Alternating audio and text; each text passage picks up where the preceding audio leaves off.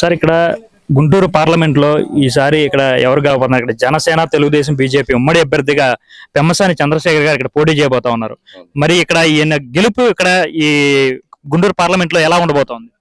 100% పెమ్మసాని చంద్రశేఖర్ గారు 100% గెలుస్తారండి. అత్యధిక మెజారిటీతోనే గెలుస్తారు. ఎందుకన్నా ఆయన ఎందుకు గెలుస్తారు ఇక్కడ? ఎందుకంటే సార్ పెమ్మసాని చంద్రశేఖర్ గారి నా గురించి అయితే లాస్ట్ 2 months తెలుసు. అతను మంచి వ్యక్తిత్వం గానీ, అసలు అతని ఒక నైతిక విలువలు కానీ మంచి ఒక ఇది ఆయన దగ్గర ఉందని నేను అనుకున్నాను. దాంతో పాటుగా ఏంటంటే టీడీపీకి ఇక్కడ కంచుకోట. అంతకుముందు ఎన్ని జగన్ వచ్చినా కూడా గల్లా జయదేవ్ గారు గెలిచారు కదా. అప్పుడున్న ఓటీ బ్యాంకింగ్ ఎక్కడికి పోదు.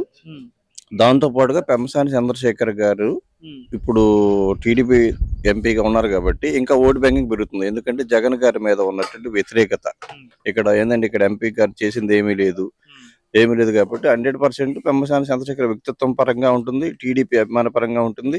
అట్లాగే జనసేన మీద ప్రేమతో కూడా వేసేవాళ్ళు ఉంటారు కాబట్టి 100% పెమ్మసాని చంద్రశేఖర్ గారు గెలుస్తారని నా నమ్మకం. ఎంత మెజారిటీతో గెలుస్తారండి? దగ్గర 50,000 మెజార్టీ పైనే వస్తుంది. టోటల్ గా చూసుకున్నా కూడా జిల్లా మొత్తం మీద 50,000 మెజార్టీ పైనే వస్తుంది. 15 కోట్లు పోల్ అవుతాయి. అది ఓకే. అయితే ఇక్కడ మరి నాదెళ్ల మనోహర్ గారికి ఎలా ఉంటుంది?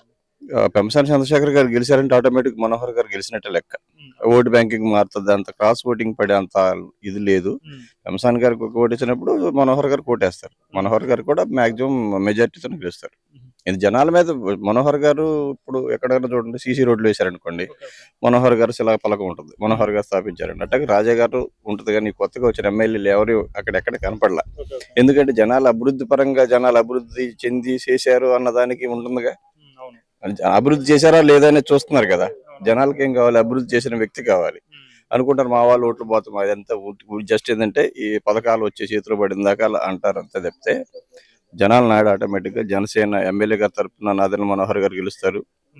ప్లస్ ఎంపీగా పెమ్మసాని చంద్రశేఖర్ గారు గెలుస్తారు. ఎందుకంటే ఓటు అటు పడుతుంది, ఇటు పడుతుంది, గెలుపు ఖాయం.